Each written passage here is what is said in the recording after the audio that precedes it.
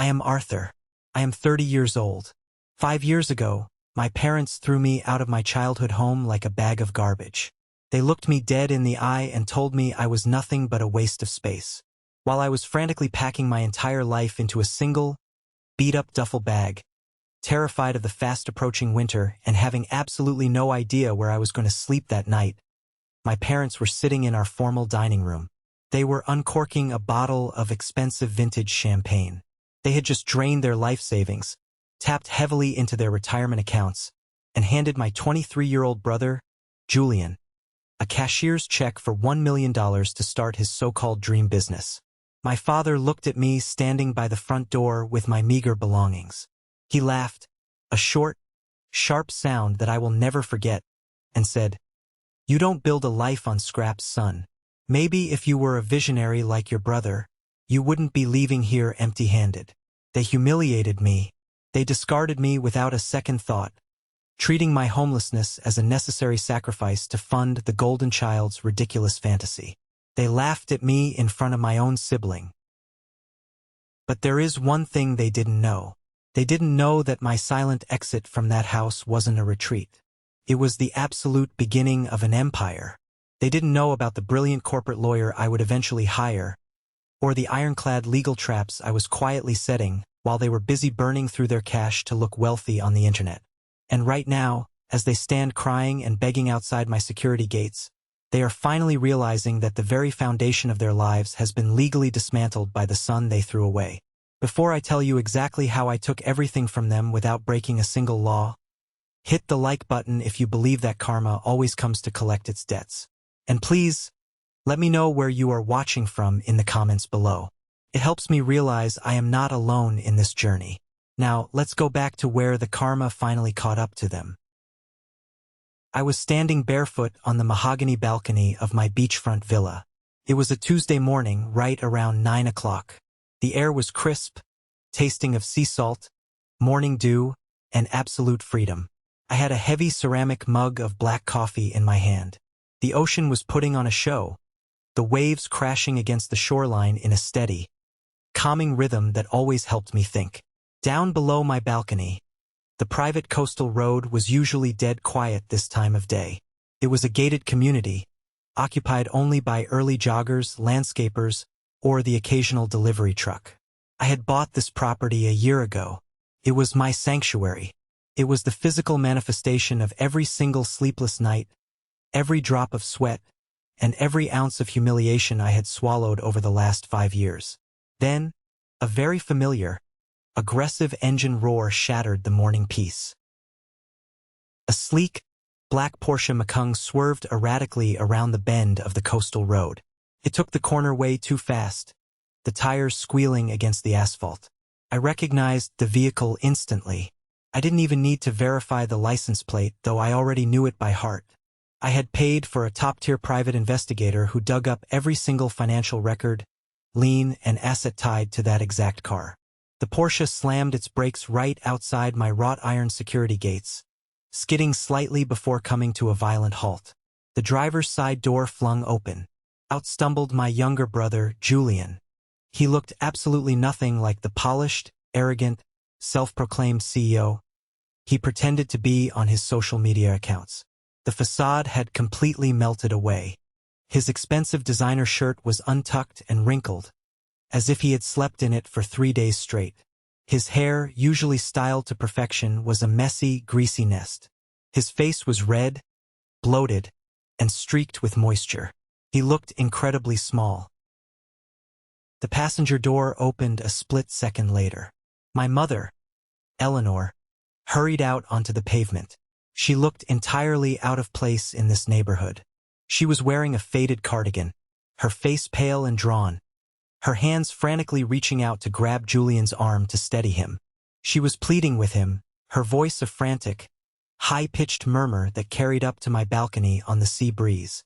She was terrified of the neighbors seeing them. She was terrified of the reality they were currently living in. Julian roughly yanked his arm away from her grip. He stumbled forward, grabbing the thick iron bars of my security gate with both hands. He stared through the bars, his eyes traveling frantically up the manicured driveway. He looked at the custom water fountain bubbling peacefully in the courtyard. He looked at the massive stone pillars of my home. He looked at the floor-to-ceiling windows reflecting the ocean. And then, his gaze finally traveled upward and locked onto me, standing high up on the balcony, looking down at him. For a long, heavy second, the world just stopped spinning. The ocean seemed to go quiet. He looked at me. He looked at the older brother he had discarded. The brother he had constantly mocked at family gatherings. The brother he had actively tried to destroy to save his own skin. And then Julian just broke. His legs gave out. He fell to his knees right there on the hot asphalt of the street, his hands sliding down the iron bars. He slammed his fists against the pavement, completely ignoring my mother as she tried to pull him up by his shoulders, begging him to stop making a scene. Julian didn't care about the scene anymore.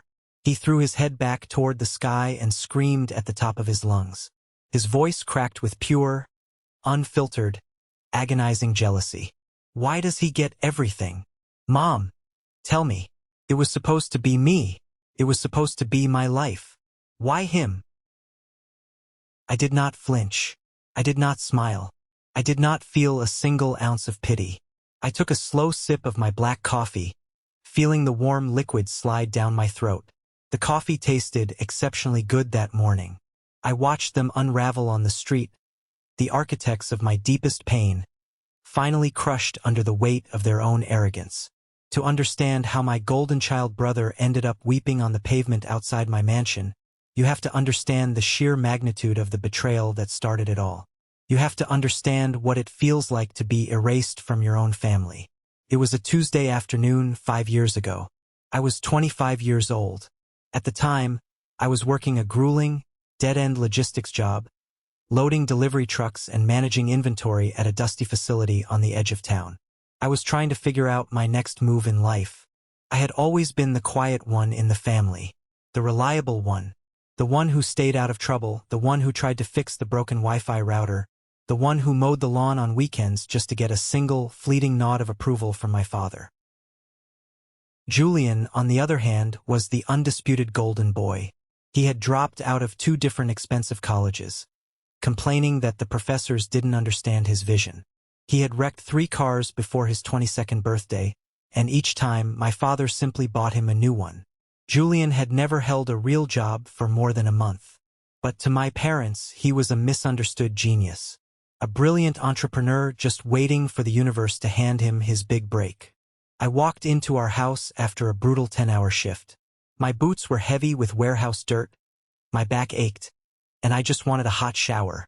But the moment I stepped into the foyer, I realized the house was buzzing with an unnatural, electric excitement. My mother, Eleanor, was wearing her favorite pearl necklace. It was the necklace she usually saved for important events, like Thanksgiving dinners, funerals of wealthy relatives, or high-stakes HOA meetings.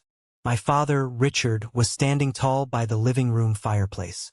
He was holding a piece of paper in his hands like it was the Holy Grail. Julian was sprawled comfortably on the expensive leather sofa, scrolling on his phone with a massive, smug grin plastered across his face. "Arthur, go pack your things," my dad said. He didn't even look up at me when he spoke.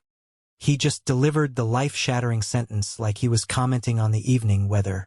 I froze in the doorway, my heavy work jacket halfway off my shoulders. "What? Pack my things for what? You're 25 years old," my mother chimed in. Her voice was dripping with that fake, sugary concern she always weaponized when she was about to do something unspeakably cruel. "It's time you learn some real adult responsibility. You're just wasting space here, Arthur. We need your bedroom. Julian needs a dedicated home office for his new venture." "A home office?" I asked, completely bewildered, my brain struggling to process the words. "Mom, he doesn't even have a job. What venture?" Julian finally looked up from his screen, his smirk widening into a full, arrogant smile. "I'm starting a luxury lifestyle brand, bro high-end apparel, exclusive curated events, imported fragrances. Dad and Mom are my angel investors. We are taking this to the moon." My father proudly held up the piece of paper he had been clutching. It was a certified cashier's check. $1 million, my dad announced, puffing out his chest with immense pride. I cashed out a huge chunk of my 401k. We remortgaged the house. I even dipped into the inheritance your grandfather left behind. We are putting our money behind real, tangible potential. Julian is going to put this family's name on the map. You, Arthur, on the other hand, just drag your feet. You work at a warehouse. You lack ambition. It's time for you to leave this house and figure it out on your own. I stood there, the air completely knocked out of my lungs. The room started to spin. I didn't ask for a piece of that $1 million. I never wanted their money. I just wanted a roof over my head while I saved up enough of my meager salary to afford a decent apartment deposit. I had maybe $400 to my name in my checking account. Rents in our city were astronomical. I have nowhere to go, I said, my voice dropping to a harsh whisper. Can I just have until the end of the month? Just 2 weeks to find a roommate? Absolutely not, my dad said sharply, his tone turning instantly cold. Tough love builds character. I want your house key on the kitchen counter in 10 minutes. I walked up the stairs in a daze. I packed my life into a single duffel bag. 5 pairs of jeans, some shirts, my old laptop, and a heavy winter coat. As I walked heavily back down the stairs and out the front door, I could hear the distinct pop of a champagne cork coming from the kitchen. They didn't even walk me to the door. They didn't say goodbye. They were celebrating their new millionaire son while their eldest walked out into the freezing wind. That night, I parked my old, coughing Honda Civic in the far, unlit corner of a 24-hour Walmart parking lot. I reclined the driver's seat as far back as the broken lever would allow. I pulled my winter coat entirely over my chest and face, and I stared at the stained fabric of the car roof.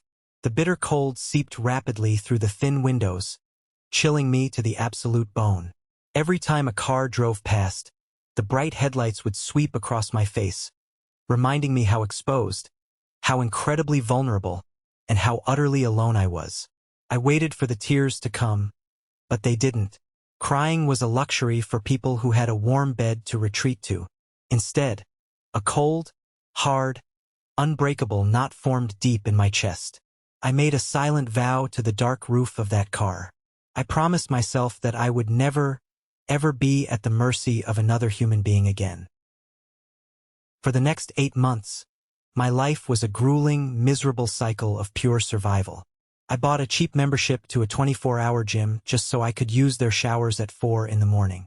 I lived off jars of generic peanut butter, stale bread, and the dollar menu at fast food drive-thrus.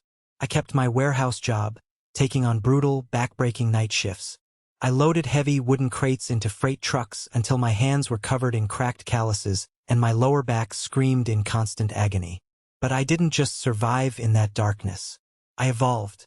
One of the older guys at the warehouse, a giant, quiet man named Ben, figured out pretty quickly that I was sleeping in my car. He didn't offer me useless pity or empty words. He offered me the gravel driveway behind his modest house so the local cops wouldn't harass me in the middle of the night. He ran a heavy-duty orange extension cord out his kitchen window so I could charge my cheap, second-hand laptop inside my car. During the day, while the rest of the world worked normal jobs or slept in comfortable beds, I sat in the cramped driver's seat of my Honda and taught myself how to code. I devoured free online courses. I learned complex database management, cloud infrastructure deployment, and enterprise software architecture. I was hungry, both literally starving and metaphorically ravenous, and that profound hunger made my mind incredibly sharp. Slowly, the freelance gigs started trickling in. A local auto parts store needed a custom inventory management system. I built it for a fraction of what a big agency would charge. They loved it so much they recommended it to a regional hardware chain. Suddenly, the money started moving. I wasn't just surviving anymore. I was building a foundation. I finally rented a tiny, barren studio apartment. I bought a real mattress. I registered my LLC. I hired my first employee, a brilliant, no-nonsense programmer named Sarah who believed entirely in my vision. We incorporated the business properly. We hustled like our lives depended on it because mine literally had. Meanwhile, through the grapevine of social media and extended family, I would occasionally catch glimpses of my family's glorious success. Julian's luxury lifestyle brand was heavily pushed on local Instagram pages. I saw highly produced videos of him driving that brand new Porsche Macan, wearing tailored Italian suits that cost more than my entire car. He threw lavish launch parties at downtown hotels with open bars, inviting minor local celebrities and influencers. Aunt Clara, the designated family gossip and meddler, would occasionally call me just to rub salt in the wound. "Julian is doing so phenomenally well, Arthur," she would purr through the phone, the condescension practically dripping from the receiver. "He's looking at prime commercial real estate in the financial district. Are you still working at that dusty warehouse moving boxes? You know, if you just swallowed your pride and apologized to your father, maybe Julian would be generous enough to hire you to sweep the floors of his new boutique." I never got angry. I never raised my voice. I just politely agreed, wished her a good day, hung up the phone, and went right back to writing code. I knew the basic math of business. I knew what prime commercial leases actually cost. I knew what open bar parties cost. Julian wasn't generating revenue. He was literally setting my parents' retirement fund on fire just to look successful on the internet. And I knew, with absolute certainty, that eventually the smoke would clear, the money would dry up, and the ashes would fall. I just didn't realize that when the financial fire finally reached their doorstep, they would actively try to throw me into the flames to save themselves. The real storm hit during my third year of running the business. My software company had just landed a massive, multi-year, exclusive contract with a national logistics firm. My personal salary jumped from scraping by to serious, undeniable wealth almost overnight. Sarah and I moved our operation into a sleek, glass-walled downtown office. I traded my dying Honda for a quiet, reliable luxury sedan. I didn't flash my money on social media. I didn't buy designer clothes. I quietly and aggressively invested it into diverse portfolios and real estate. That November, for the first time in 3 long years, I received a formal written invitation to Thanksgiving dinner at my parents' house. I knew exactly why the invitation arrived. Aunt Clara had undoubtedly caught wind of my new downtown office space and reported back to the mothership. I decided to go, not out of a sense of family loyalty or love or forgiveness. I went out of a dark, morbid curiosity to see the exact state of their crumbling empire. When I walked through the front door, the atmosphere inside the house was suffocating. The furniture looked exactly the same, but the energy in the room was frantic, heavy, and desperate. Julian looked exhausted. The dark circles under his eyes were poorly hidden by expensive, brand-name skincare products. His usual arrogant swagger was replaced by a nervous, twitchy energy. My dad's posture had completely lost its usual rigid, commanding arrogance. My mother rushed to the door to hug me, a gesture so forced and unnatural it made my skin physically crawl. We eventually sat down at the large dining table. The expensive turkey sat in the center, practically untouched, as the inevitable conversation finally started. "So, Arthur," my dad began. He cleared his throat loudly and forced a tight, uncomfortable smile. "Clara tells us your little computer project is actually taking off. A downtown office. Very impressive for someone with your background." "It's doing well," I said evenly, taking a slow sip of my ice water. I kept my face completely blank. "That's the true spirit of this family," my dad continued, leaning heavily on the mahogany table, trying to project authority. "Success, ambition, winning. Which is exactly why we need to talk about Julian's business. He's going through a bit of a temporary cash flow hiccup. He expanded too fast, you know how it is in the luxury market. The economy is tough right now. We need you to step up to the plate and provide a bridge loan. Just $200,000 to keep the momentum going through the holiday season." I slowly placed my water glass down on the coaster. I looked around the table. Julian was staring intently at his plate, refusing to make eye contact with me. My mother was gripping her linen napkin like it was a life preserver on a sinking ship. A bridge loan? I asked softly, letting the silence stretch out.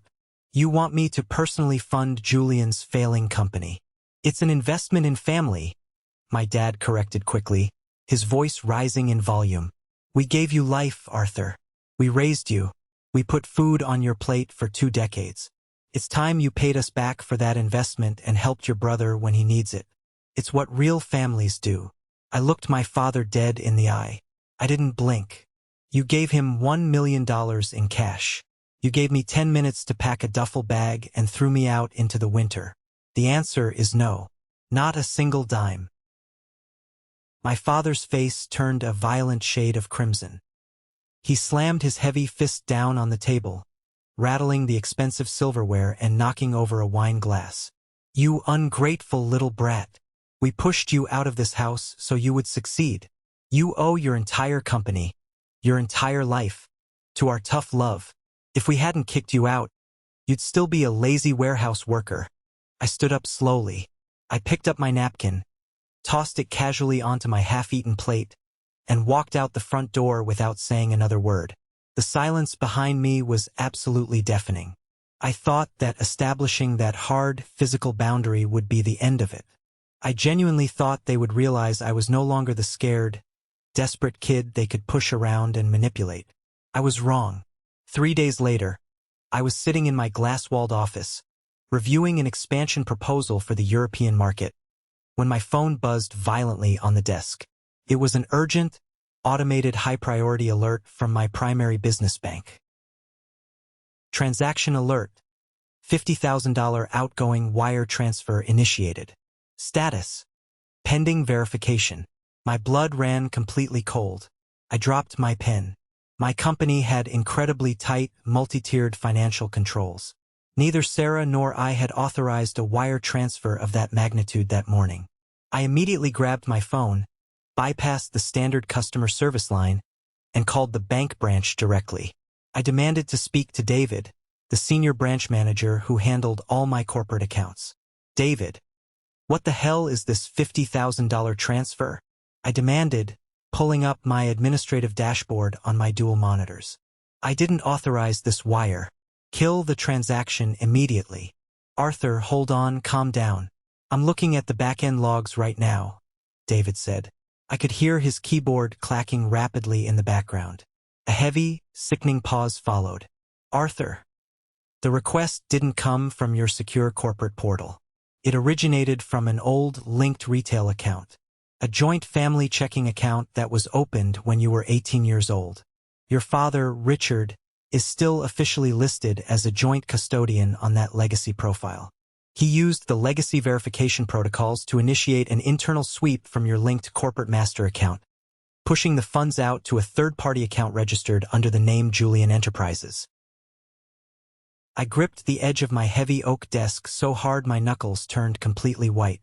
A roaring, rushing sound filled my ears. They didn't just aggressively ask for my money. When I looked them in the eye and said no, my own father used an ancient, forgotten banking loophole from my childhood to break into my livelihood and steal 50 grand to feed his golden child's failing vanity project. He treated my corporate accounts like his own personal piggy bank. Freeze it, I ordered. My voice dropped to a terrifyingly calm, dead register. Freeze every single account tied to my social security number. Block the transfer. Flag Richard's profile for unauthorized access and internal fraud. Arthur, listen to me. If I execute a hard freeze based on fraud, it locks down their access entirely. It automatically triggers an internal federal fraud investigation by the bank's security division, David warned, his voice tight with concern. Do it, David. Cut the head off the snake.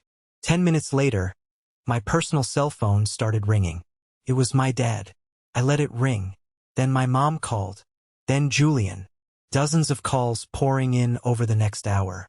I ignored every single one of them. I sat in my quiet office and let the harsh, brutal reality of their betrayal wash over me. The absolute, staggering entitlement. The sheer lack of basic human respect for my hard work, my employees, and my life. They viewed me as nothing more than an ATM they could smash open whenever they needed cash. The next morning, an email hit my corporate inbox. It wasn't an apology. It wasn't a plea for forgiveness. It was a formal, aggressive, multi-page demand letter from a man named Lawyer Miller, representing my parents. I opened the PDF and read it twice just to make sure I wasn't hallucinating the sheer audacity of the words. The lawyer claimed that because my business was established shortly after I lived at my parents' home, and because family resources, meaning the basic food I ate as a dependent teenager, contributed to my overall upbringing and education, my parents were legally entitled to an equitable share of my corporate assets. Furthermore, they demanded the immediate restoration of their banking access, claiming my security freeze was an illegal lockout of joint family funds and threatened a massive lawsuit for financial damages. It was a blatant bullying tactic, a baseless, legally frivolous lawsuit threat designed purely to scare me into unfreezing the accounts and surrendering the money out of fear. They thought because I was the quiet kid, the one who always avoided conflict, I would immediately fold under the intense pressure of complex legal jargon printed on official law firm letterhead. I printed the demand letter out. I walked over to the heavy-duty industrial shredder in the corner of my office, fed the document directly into the steel blades, and watched their empty threats turn into useless confetti. I didn't reply to the email. I didn't call them back. I didn't yell or scream. I just went back to my desk, opened a new encrypted digital file, and began meticulously planning. If they wanted a brutal war over money, control, and assets, I was going to give them a masterclass in total financial destruction. But my first major piece of ammunition in this war came from a source I never, ever expected. For 2 agonizingly slow weeks, the silence from my end was absolute.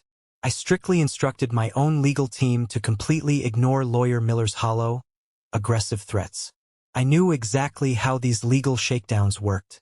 To actually file a civil lawsuit of that magnitude and complexity, my parents would need to pay a massive, upfront cash retainer to their attorney, which I knew for a definitive fact they did not have.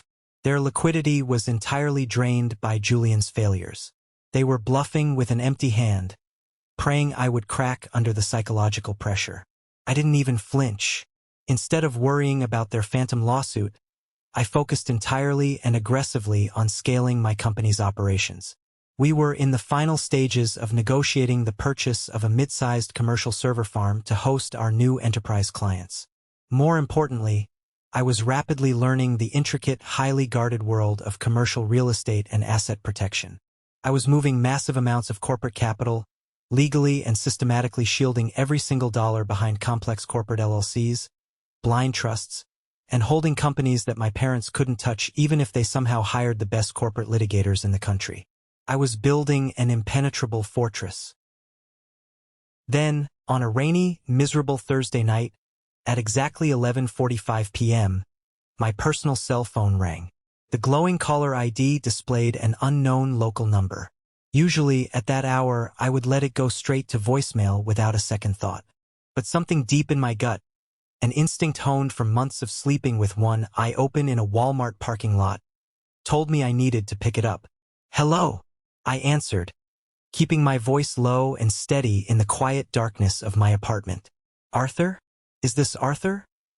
A woman's voice whispered frantically on the other end of the line. She sounded completely out of breath, her voice shaking with undeniable terror. "Yes, speaking. Who is this?" "My name is Chloe," she said quickly, her words tumbling over each other. I used to be Julian's executive assistant at his lifestyle company. I quit 3 days ago. I walked out. I shouldn't be calling you, I know I shouldn't, but I haven't slept in 2 days. You need to look into his commercial leases immediately. You need to look into a man named Marcus. I sat up straight in my bed, the lingering sleep instantly vanishing from my brain, replaced by a cold, sharp focus. "Slow down, Chloe. Take a breath. Who the hell is Marcus?"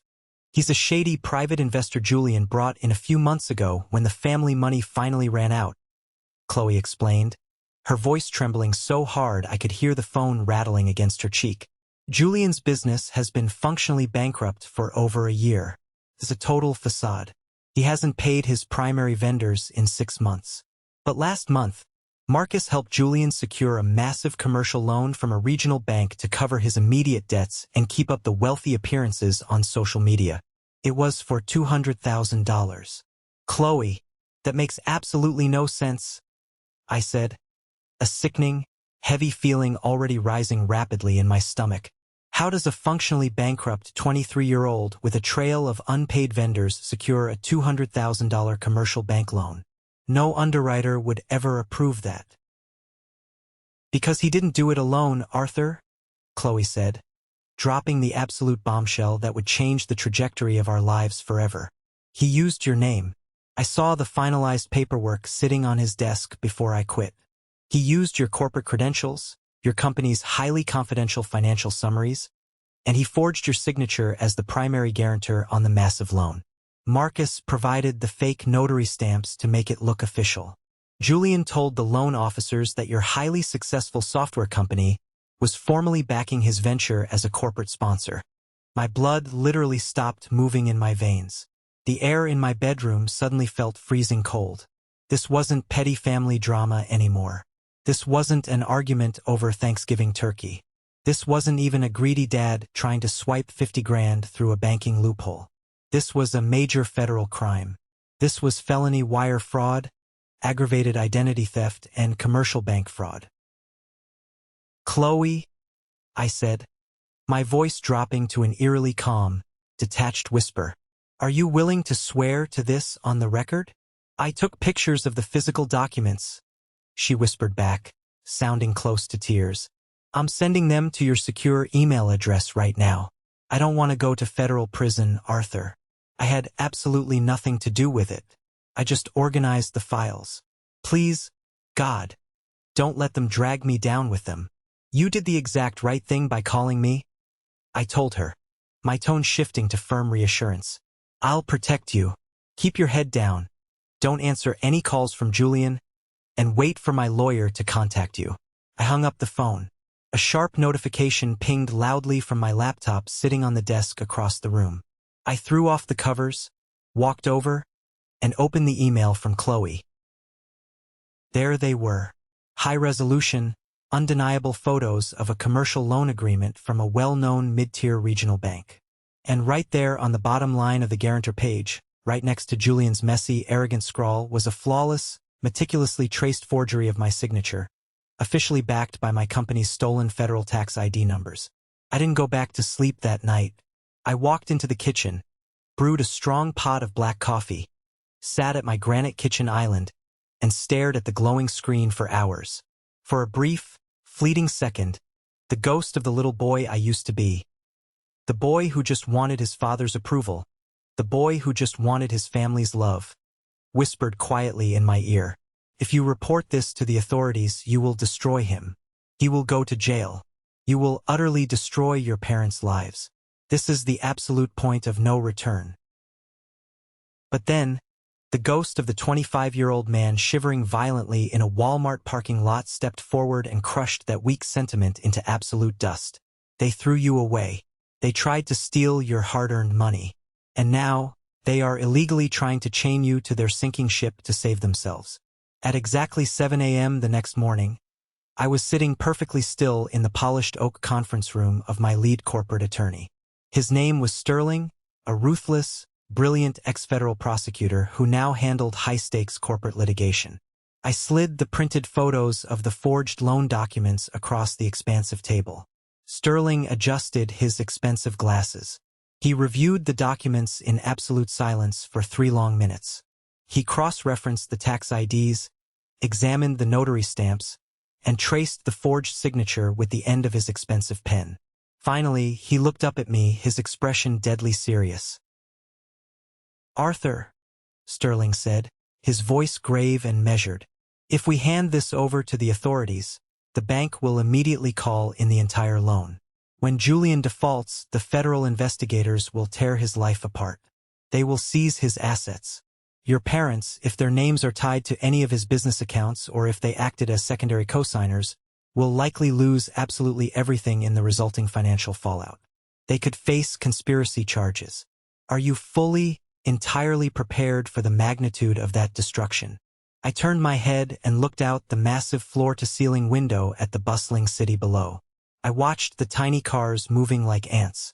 I thought about the sound of that champagne popping in the kitchen while I walked out into the freezing winter night with a duffel bag.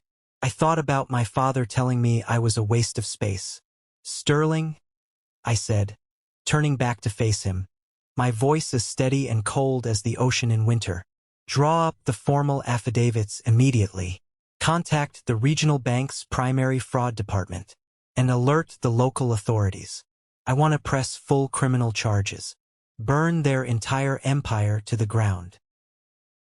I thought the worst was over. I thought exposing the fraud would be the neat, tidy end of my nightmare. I was so incredibly wrong.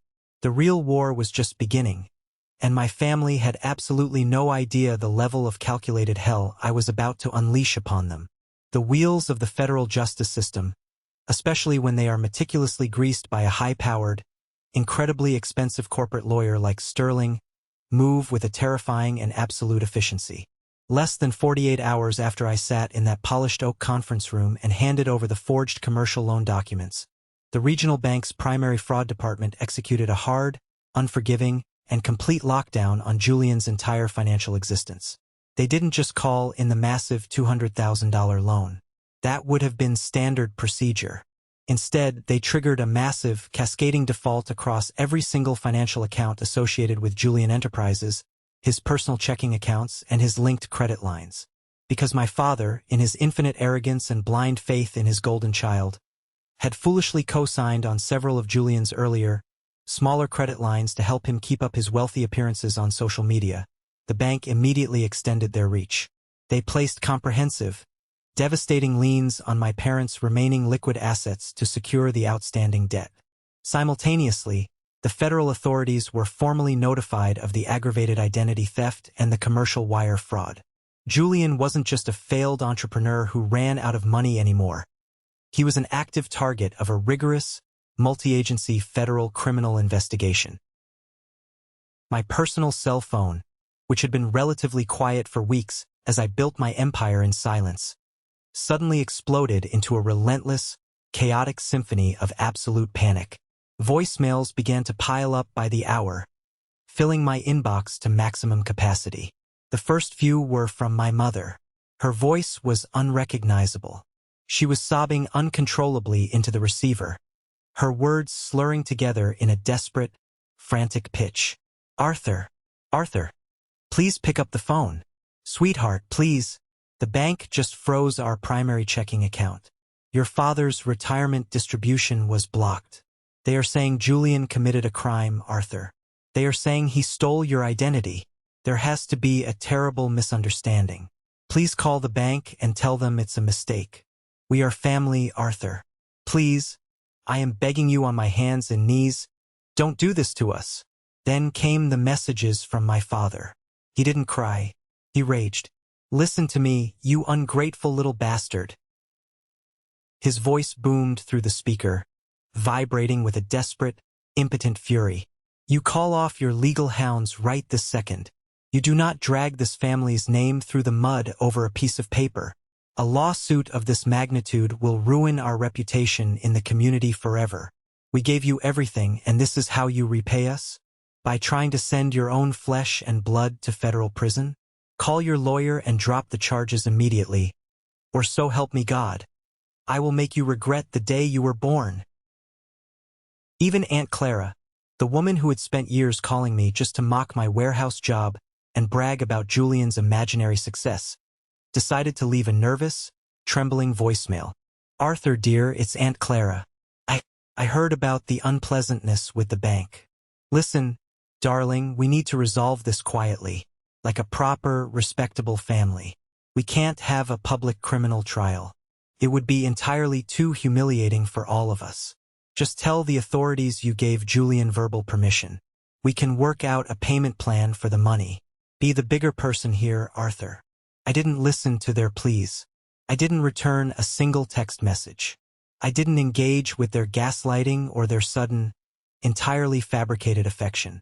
I simply downloaded every single voicemail, converted them into audio files, and forwarded them directly to Sterling to add to our rapidly growing mountain of legal evidence. I had spent 25 years of my life shrinking my own existence to make them comfortable. I had spent decades acting as the shock absorber for their toxic dysfunction. I was completely done playing that role. Instead of engaging in their chaotic downward spiral, I completely immersed myself in the explosive, undeniable growth of my software company. We officially finalized the multimillion-dollar acquisition of the commercial server farm, securing our digital infrastructure for the next decade. Because of her relentless dedication, her brilliant coding architecture, and the sheer loyalty she showed me during our crucial expansion phase, I called Sarah into my office. I didn't just give her a bonus. I handed her a massive promotion, elevating her to the position of Chief Technology Officer. I gave her an equity stake in the company and a salary that would ensure she and her future children would never have to worry about money again. It felt incredibly profound to reward true loyalty, especially when I knew exactly what the darkest depths of betrayal felt like. With the business running flawlessly like a well-oiled machine, I finally turned my attention to my personal sanctuary. I had been living in a modest, barren downtown apartment for years, hoarding cash, living below my means, and investing aggressively in diverse real estate portfolios. It was finally time to build a home, not just a house with 4 walls, but a fortress of my own making, a physical representation of my survival. Through a highly discreet, exclusive private broker who specialized in celebrity properties, I found a breathtaking beachfront villa situated in a highly exclusive, heavily guarded, gated coastal community. It was an absolute masterpiece of modern architecture. It featured sweeping, floor-to-ceiling tempered glass windows that let in the natural light, imported dark mahogany floors, a custom chef's kitchen, and a massive private balcony that overlooked the endless, crashing waves of the Pacific Ocean. I bought the property entirely in cash. I meticulously shielded the deed and the property taxes behind a newly formed, anonymous holding company to ensure my toxic family couldn't easily track my physical location through public county records. Moving into that villa was the most surreal, deeply emotional experience of my entire life. The first night I spent there, the furniture hadn't even arrived yet. I walked barefoot through the massive, echoing rooms. I opened the sliding glass doors and listened to the rhythmic, calming sound of the waves crashing against the shoreline. I closed my eyes and vividly remembered the freezing, agonizing nights I had spent huddled under a cheap, thin winter coat in the driver's seat of my broken-down Honda Civic in that Walmart parking lot, terrified of the world, terrified of the police tapping on my window. And now I owned a pristine piece of the coastline. I had built a massive empire from the absolute scraps they had thrown at me. I was untouchable. Or at least I thought I was untouchable. You see, true pathological narcissists never actually believe they are defeated until the absolute final nail is aggressively hammered into their coffin. My family, completely blinded by decades of unchecked entitlement and their delusional, unwavering belief in Julian's inherent superiority, somehow convinced themselves that they could still manipulate the situation. They truly believed that if they could just get to me physically, if they could just corner me and play the ultimate victim card in person, I would fold under the pressure. Because that's what the old Arthur had always done in the past. They didn't realize that version of me was dead and buried. 6 months after the federal fraud investigation officially began, the legal and financial pressure on Julian and my parents had reached a terrifying boiling point. The authorities were closing in, issuing subpoenas and seizing hard drives. The commercial creditors were aggressively circling their home like vultures waiting for an animal to die. The false, wealthy reality they had projected to the world for years was crumbling into fine dust. They were utterly, completely desperate, and desperation makes toxic people incredibly bold. It was a beautiful, clear Tuesday morning. I was standing on my mahogany balcony, holding a heavy ceramic mug of black coffee, enjoying the crisp, salty ocean breeze. Down below, the private, palm tree-lined road of my gated community was dead quiet. Then, the aggressive, unmistakable, guttural roar of a high-performance engine shattered the morning peace. A sleek, black Porsche Macan, The exact same car my father had purchased for Julian using his retirement funds to maintain his fake CEO image, swerved erratically around the bend. I knew for a definitive fact that the regional bank had issued a formal repossession order for that specific vehicle 3 weeks ago. This meant Julian was actively hiding the car from the repo men, driving it illegally, risking further criminal charges just to cling to the last pathetic shred of his wealthy facade. The Porsche slammed its brakes violently right outside my heavy, wrought iron security gates. The expensive tires squealed loudly against the hot asphalt, leaving long, dark rubber skid marks on the pristine street. My heart didn't race. My hands didn't shake. I didn't feel the old, familiar knot of suffocating anxiety that used to paralyze me whenever my family was angry. I just took a slow, deliberate sip of my dark coffee and watched the pathetic, desperate scene unfold from my high vantage point. The driver's side door flung open. Out stumbled Julian. He looked like a haunted, decaying ghost of the arrogant golden child he used to be. His expensive designer clothes were visibly wrinkled, stained with what looked like coffee and sweat. His hair, usually styled to absolute perfection, was a greasy, unkempt mess. His face was heavily bloated. His eyes ringed with dark, purple shadows from what I could only assume were endless sleepless nights and heavy drinking. He looked frantic, his eyes darting around the wealthy neighborhood with a sickening mixture of awe and deep, simmering rage. The passenger door opened a second later, and my mother, Eleanor, hurried out onto the pavement. She looked 15 years older than the last time I had seen her at that miserable Thanksgiving dinner. She was wearing a faded, outdated cardigan over a wrinkled blouse, her shoulders heavily slumped with the exhausting, crushing weight of keeping up appearances while her world burned. She reached out with trembling, frail hands, grabbing Julian's arm, trying to urgently whisper something into his ear, likely begging him not to make a loud scene in such an affluent, closely monitored area. But Julian aggressively, violently yanked his arm away from her frail grip. He stormed toward the heavy iron bars of my security gate like a cornered animal. He grabbed the dark metal with both hands, shaking the gate in a futile, pathetic display of physical anger. He stared intensely through the bars, taking in the meticulously manicured courtyard, the custom stone water fountain bubbling peacefully, the massive architectural pillars, and the sheer, undeniable magnitude of the incredible wealth I had built entirely without them. Then, he tilted his head back, his bloodshot eyes scanning the massive glass facade of the villa, until he finally spotted me. I was standing perfectly still on the second-story balcony, looking down at him with absolute, unwavering, freezing indifference. The stage was finally set. The precious golden child had finally arrived at the heavily guarded gates of the sun they threw away like trash. And he was completely, utterly unprepared for the brutal reality check that was about to hit him like a runaway freight train. For a long, incredibly heavy moment, Julian and I just stared at each other across the distance. The silence between us was thicker and more suffocating than the humid morning ocean air. He gripped the iron bars of my security gate so tightly his knuckles turned completely stark white, trembling with a mixture of exhaustion and raw, unfiltered fury. My mother stood a few steps behind him on the hot asphalt, her hands covering her mouth, her eyes wide with a profound mixture of shock at the sheer size and luxury of my home, and absolute, paralyzing terror at what was about to happen. Then, the passenger side window of the illegally driven Porsche rolled down, and the engine was finally cut off. My father, Richard, stepped out of the vehicle. He didn't have his usual commanding, arrogant posture. He didn't look like the man who had laughed at me while I packed a duffel bag. He looked entirely defeated. His suit was cheap and hung loosely on his shrinking frame. His face was deeply lined with unimaginable stress. But even in total, undeniable defeat, his sheer, baseline arrogance remained entirely intact. He walked slowly up to the gate, stood right next to Julian, and looked up at me on the balcony.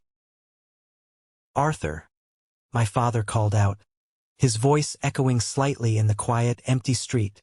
He desperately tried to inject his old, authoritative, commanding tone into the words, but it fell completely, pathetically flat. "Open the gate right now. We need to come inside. We need to sit down and talk to you. Face to face. Man to man. As a family. I didn't move a single inch. I rested my forearms on the mahogany railing. We have absolutely nothing to talk about, Richard. If you have a statement to make, you can speak directly to Sterling.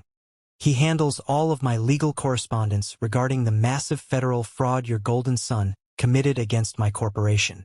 My mother stepped forward, pushing past my father, tears instantly streaming down her pale, wrinkled cheeks. She was desperately playing her absolute favorite, most practiced role. The heartbroken, innocent, well-meaning matriarch. Arthur, please, sweetheart, please don't do this to us. You are destroying this family. Your brother made a mistake. A foolish, desperate, youthful mistake. He was just trying to keep his business afloat. He was trying to make us proud. You have so much now, Arthur. Just look at this incredible place. You have millions. Why are you maliciously punishing your own blood for a single, stupid mistake? A mistake is forgetting to pay a utility bill or running a red light, Eleanor, I replied, my voice projecting clearly and coldly down to the street, cutting through her theatrical sobbing. Forging my signature on a federal commercial loan document, stealing my corporate tax IDs, and attempting to saddle my company with $200,000 of criminal debt is not a mistake. It is a highly calculated, deliberate, malicious felony. Julian finally found his voice. It wasn't the smooth, confident, polished voice of the luxury brand CEO he pretended to be in his social media videos. It was the desperate, whiny, high-pitched voice of a spoiled, entitled child who had finally, for the first time in his entire life, been told no. I was going to pay it back, Julian screamed, his voice cracking violently with emotion. I swear to God, Arthur. I was going to pay the entire loan back before you even noticed the paperwork. Marcus promised me a massive, guaranteed return on a private crypto investment. I just needed the bridge capital for 30 days.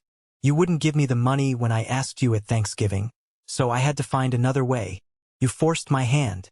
This is your fault for being so incredibly greedy. I actually laughed. It wasn't a happy sound. It was a cold, hollow, deeply cynical sound that seemed to physically startle all three of them. You are actively blaming me for your own federal crimes because I refused to blindly fund your delusions? Because I refused to hand over the money I earned while I was sleeping in a car? That is truly magnificent, twisted logic, Julian.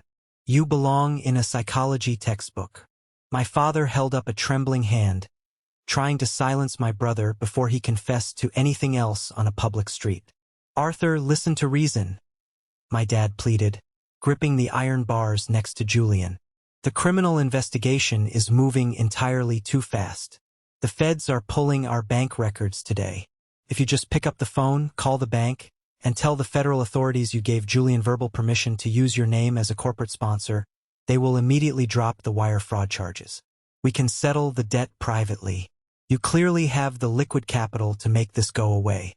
Just pay off the $200,000 balance to the bank, drop the civil lawsuit, and we can all move on from this horrible nightmare. I stared down at the man who had looked me in the eye and told me I was a waste of space. He was literally openly asking me to commit federal perjury, to lie to federal investigators, and to liquidate my own hard-earned corporate assets to pay off his golden child's massive criminal debt. All just to save their precious, completely fabricated reputation in the suburbs. I wouldn't cross the street to spit on you if you were on fire, I said softly, but the words carried down to them like physical gunshots. I am not dropping the charges. I am not calling the bank. Julian is going to face the full, unmitigated, devastating consequences of his actions. Every single one of them. And if you co-signed anything for him, so will you. Julian slammed his forehead against the cold iron gate.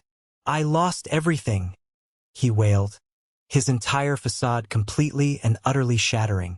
The business is dead. My accounts are totally frozen. The landlord locked me out of my commercial space downtown yesterday. They seized my entire inventory. I have nothing left. He looked up at me, his eyes wide, bloodshot, and wild with a desperate, agonizing, pathetic hope. Arthur, please. I am begging you. Just help me start over. I have a brand new business model. A new, reliable supplier in Europe. If you won't drop the federal charges, at least help me secure a new physical location to generate revenue. I just need you to co-sign a new lease for the exact same commercial space downtown. The landlord kicked me out for non-payment, but if you step in as the primary corporate guarantor with your flawless credit, they'll let me back into the building. I can rebuild the brand. I can pay off the debt. I can fix this whole mess. I slowly placed my coffee mug on the thick mahogany railing of the balcony. I looked down at Julian. I looked at his desperate, pleading eyes. I looked at my parents, holding their breath, praying that my innate, childhood desire for their approval would finally kick in and save them. And then, I delivered the absolute, crushing psychological blow that I had been meticulously, quietly setting up for months. You want to lease your old commercial space downtown? I asked, my voice dropping to a dangerously quiet, conversational tone. The massive, expensive corner unit on Fifth Avenue with the floor-to-ceiling display windows? Yes, Julian practically sobbed, nodding frantically, a sickening smile of hope breaking across his tear-stained face. Yes, exactly. It's the perfect, premium location. The foot traffic is absolutely incredible. If you just sign the corporate guarantee document today, the landlord will hand over the keys tomorrow morning. Please, Arthur.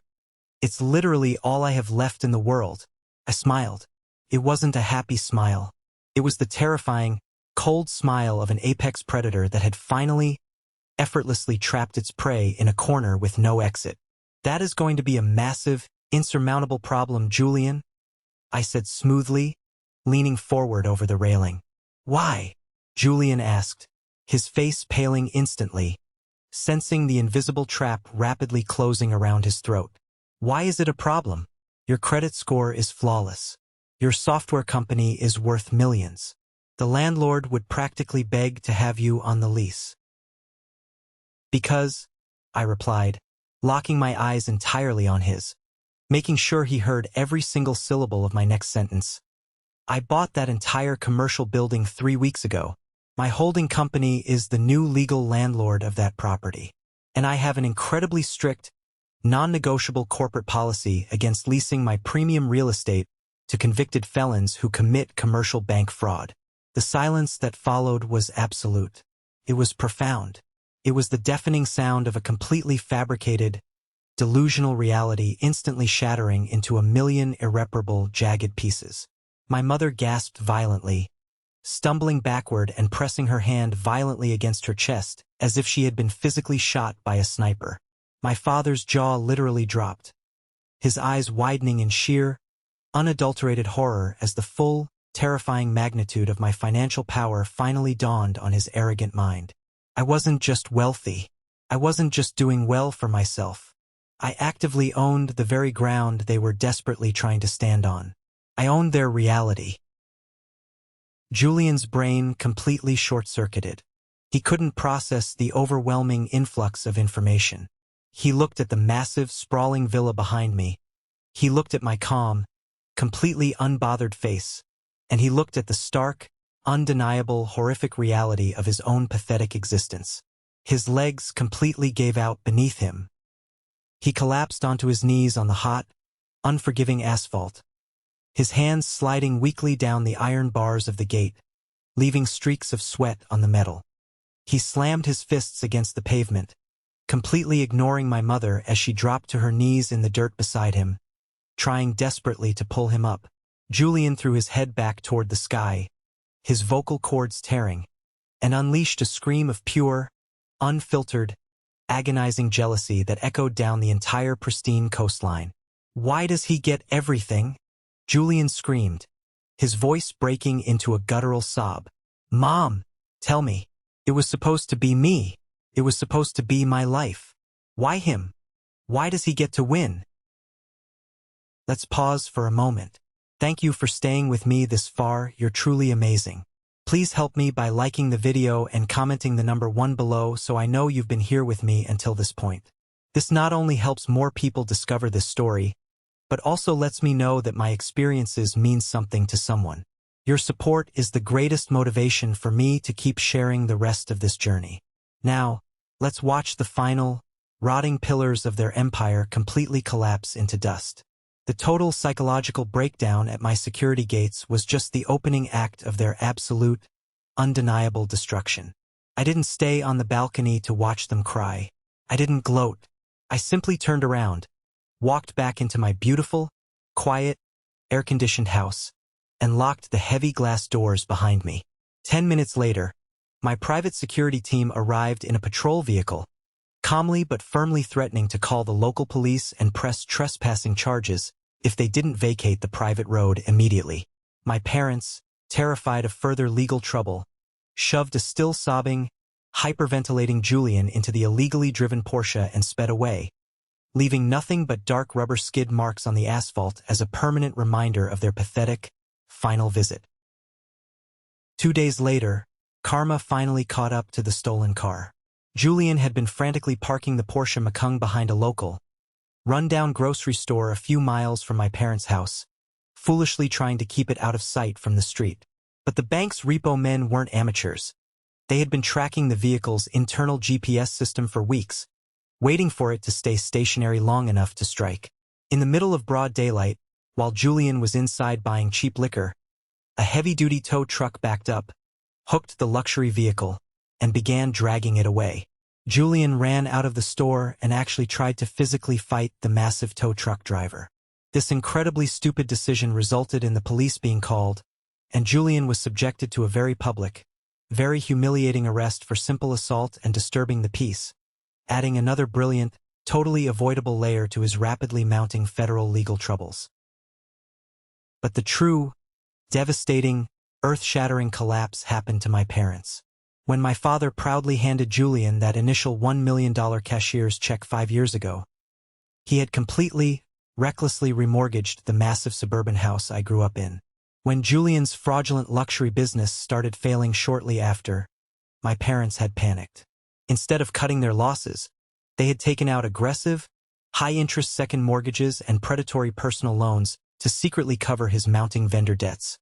Entirely convinced by Julian's lies that his brand was just one viral marketing moment away from massive profitability.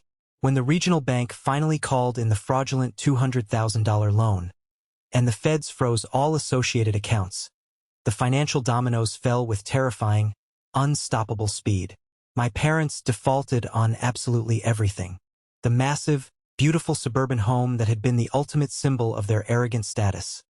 The very house they had violently, callously kicked me out of so Julian could have a home office, was officially seized by the primary mortgage lender. They were facing imminent, devastating foreclosure. To avoid the absolute, unbearable shame of a public bank auction where all their wealthy neighbors would watch them lose everything, they desperately listed the house on the open real estate market for a massive, fire sale discount. They were praying for a quick, anonymous cash buyer to swoop in and save them from total, unrecoverable bankruptcy. They got their quick cash buyer. They just had absolutely no idea who it was. The moment the house hit the MLS listings, I contacted Ms. Vance, a brilliant, highly discreet, and ruthless real estate broker who frequently handled high-net-worth commercial acquisitions for my various holding companies. I instructed her to submit a full cash offer on my parents' house immediately, perfectly matching their desperate asking price so they wouldn't hesitate, but to bury the purchase entirely under a newly formed, deeply layered LLC based out of Delaware. My parents, absolutely desperate for the financial lifeline and terrified of the bank, signed the closing documents in record time without ever once questioning the faceless corporate entity buying their home. The day after the legal deed was officially recorded in my holding company's name, and the funds cleared escrow, I drove to the old neighborhood. I parked my sleek, understated sedan across the street and just sat there for a moment, looking at the house. The pristine, arrogant facade I remembered from my childhood was completely gone. The expensive white paint was heavily peeling off the wooden siding. The once meticulously manicured lawn, which my father used to obsess over, was overgrown with thick, ugly weeds and dead patches of grass. The gutters were overflowing with rotting leaves. It smelled of dust, neglect, and profound failure. It didn't look like a throne anymore. It looked like a decaying, forgotten tomb. I stepped out of my car, walked up the cracked concrete driveway, the exact same driveway I had stood on in the freezing cold with my duffel bag, and knocked heavily 3 times on the front door. My mother opened it. She was wearing stained sweatpants and an oversized t-shirt, holding a half-empty cardboard packing box. When she saw me standing on the porch in a tailored suit, she completely froze. The remaining color drained entirely from her face, leaving her looking like a ghost. "Arthur?" she whispered, her voice trembling with a mix of deep confusion and sudden, terrifying fear. What are you doing here? Did you come to help us pack? Have you changed your mind about the charges?" I didn't answer her. I didn't ask for permission to enter. I simply stepped forward, forcing her to step back, and walked past her into the main hallway. The inside of the house was in total chaotic disarray. Cardboard boxes were stacked haphazardly everywhere, filled with the useless, expensive junk they had accumulated over a lifetime of pretending to be better than everyone else. In the living room, my father was sitting heavily in his favorite leather armchair, staring blankly at the wall, looking completely hollowed out and defeated. And sitting across from him on the sofa, clutching her expensive designer handbag like a shield, was Aunt Clara. Well, Aunt Clara sneered as I walked into the room, though her voice noticeably lacked its usual confident venom. "Look who decided to show up to the funeral of his own family's legacy. Come to gloat, Arthur? It's incredibly funny you mention a funeral, Clara," I said, my voice cutting through the dusty, tense air like a razor blade. I stood in the center of the room, looking down at all of them. "Because your financial life is about to be buried right next to theirs." Clara blinked rapidly, her face tightening with sudden apprehension. "Excuse me? What on earth are you talking about?" I reached inside my tailored jacket and pulled out a thick, pristine manila folder. While my legal team and forensic accountants were aggressively auditing Julian's fraudulent business accounts to prepare for the federal trial, we found a very interesting, deeply hidden paper trail. Julian wasn't just losing money on overpriced luxury candles and terrible marketing campaigns. He was heavily, hopelessly addicted to high-stakes crypto gambling with his shady business partner, Marcus. And do you want to know the most fascinating part? Do you want to know who was secretly funding that gambling addiction? Charging him illegal, loan shark interest rates entirely behind my parents' backs. My father slowly turned his head, looking up from his armchair. He stared at Clara, his eyes narrowing. I looked directly at my aunt, watching the sheer, unadulterated panic finally ignite in her wide eyes. "You bled them completely dry, Clara. You knew Julian's business was a sinking ship from day one, and you actively exploited his gambling addiction to drain my parents' remaining retirement funds into your own offshore pockets. You are the reason they had to take out those second mortgages. I've already forwarded the entire, documented paper trail to your husband's incredibly aggressive divorce attorney. I imagine fighting over custody of your hidden, illegal assets is going to be incredibly difficult when the IRS gets involved in the audit." Clara stood up so fast she knocked over her teacup. Her mouth opened and closed like a suffocating fish, but she couldn't form a single word of defense.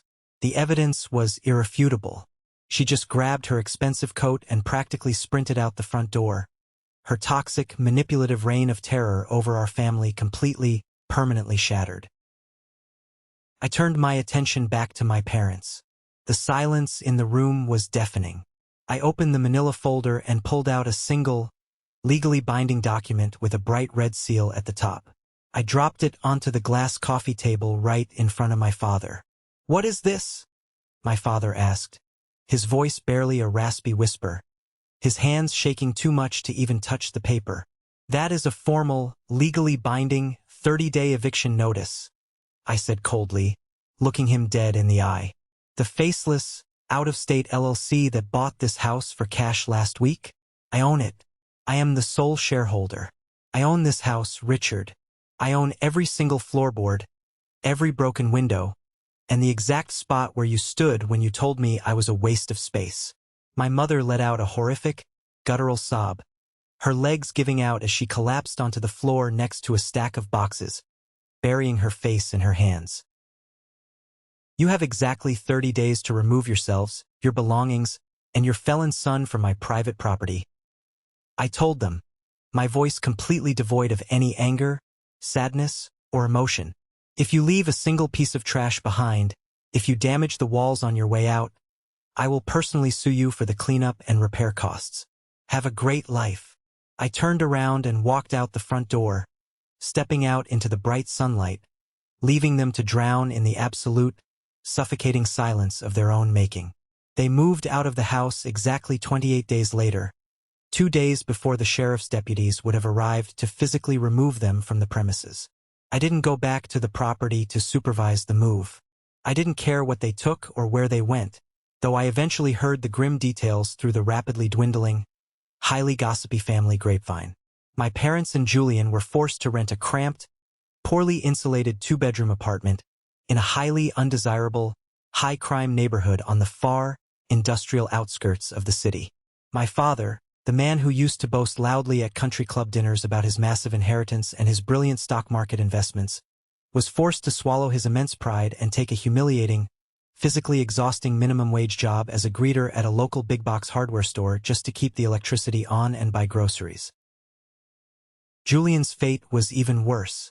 Completely stripped of his leased Porsche, his fake luxury CEO title, and his lifelong status as the untouchable golden child, he was entirely exposed to the harsh reality of the justice system. Facing years of complex, aggressive federal legal battles for wire fraud and identity theft, he was totally reliant on a heavily overworked, underpaid public defender because my parents couldn't afford to hire a real criminal defense lawyer.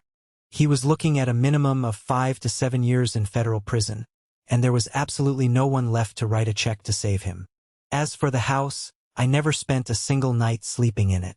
The energy inside those walls was far too dark, too toxic, too heavily saturated with decades of psychological manipulation, conditional love, and blatant favoritism. It wasn't a home. It was a monument to everything I had survived. Instead of moving in, I hired a massive, highly rated professional contracting crew. I gave them strict instructions to completely gut the interior of the house down to the bare wooden studs.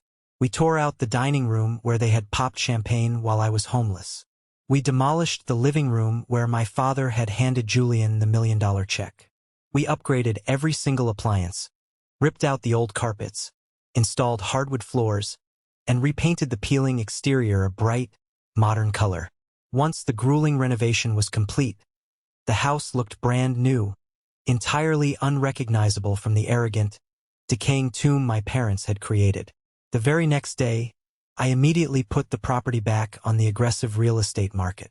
Because of the extensive modern upgrades and the highly desirable suburban school district, it sold in less than a week, triggering a massive, aggressive bidding war between multiple young families that resulted in a staggering, 6-figure profit over what I had originally paid to bail my parents out.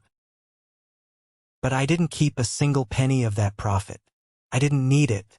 My software company had recently finalized our massive expansion into the European enterprise market, and my personal wealth was compounding entirely on its own, generating more passive income in a month than my father had made in a decade. Instead, I took the entire massive sum of profit from the sale of my childhood home, consulted with my legal team, and quietly established a comprehensive, fully funded nonprofit organization. We created a massive college fund and a dedicated mentorship program specifically targeted at underprivileged, homeless youth in my city. I meticulously designed the charity's charter to identify and help kids who had been violently thrown away by their own toxic families. Kids who were currently sleeping in freezing cars in dark Walmart parking lots, staring at the stained fabric of the roof, and wondering if their lives had any real value or meaning. I wanted to make absolutely, definitively sure that no kid in this city ever had to feel the crushing, agonizing, paralyzing loneliness that I felt the night my parents chose their golden child's ridiculous fantasy over my basic human survival. Taking the money generated from the very house I was kicked out of, and using it to put roofs over the heads of abandoned teenagers, was the ultimate poetic closure to the darkest chapter of my life. The day the charity's legal paperwork was officially finalized and the funds were securely transferred into the trust, I left my downtown office early. I got into my car, rolled down the windows, and drove out to the winding, scenic coastal highway. I drove for an hour, listening to the engine hum, until I found a high, secluded overlook that jutted out over the cliffs. I pulled my car over, turned off the engine, and stepped out into the warm, late afternoon sun. I walked up to the edge, leaned against the heavy metal safety railing, and looked out at the vast, endless, glittering expanse of the blue Pacific Ocean.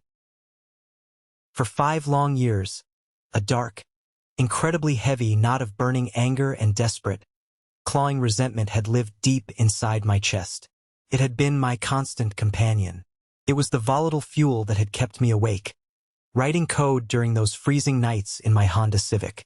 It was the relentless engine that drove me to aggressively build my company, to hoard wealth out of sheer terror of being poor again, to construct intricate legal traps, and to meticulously plan my ultimate, devastating revenge against the people who were supposed to love me unconditionally.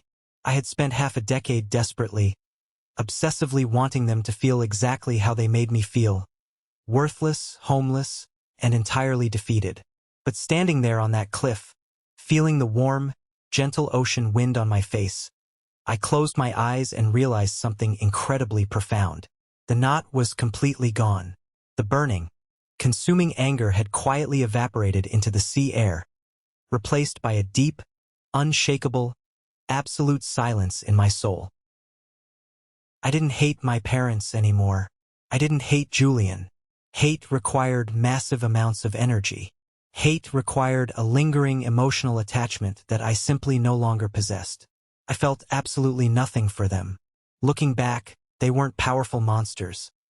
They were just pathetic, deeply flawed strangers who happened to share my DNA. They were strangers who made a horrific, arrogant bet on the wrong horse and lost absolutely everything they valued in the process. I had completely severed the toxic, manipulative chains of my past. Not just legally, not just financially, but emotionally. I was finally truly free. I took a deep, cleansing breath, filling my lungs with the crisp, salty air. I opened my eyes, walked back to my car, started the quiet engine, and drove back toward my beachfront villa. I had a massive, thriving company to run, incredibly loyal employees to protect and mentor, and a beautiful, peaceful life to live entirely on my own terms. I never looked back in my rearview mirror again. Thank you so much for taking the time to listen to my journey today. If there is one crucial, life-saving lesson I want you to take away from my story, it is this. Family is absolutely not defined by the blood in your veins or the name on your birth certificate. It is defined by basic, fundamental respect, unwavering loyalty, and the people who consciously choose to stand by your side when you have absolutely nothing left to offer them but your presence. Do not ever let toxic people use the word family as a weapon to manipulate your boundaries, drain your financial resources, or make you feel small. You have the absolute right to walk away. You have the right to protect your peace at all costs. And remember, your ultimate success, built quietly, honestly, and with integrity, will always be the loudest, most devastating response to those who tried to destroy you. Have you ever faced something similar with your own family? Have you ever had to establish a hard, unforgiving boundary with someone you loved to protect your own sanity or your financial future? Share your story in the comments below, and don't forget to like and subscribe so you don't miss the next journey.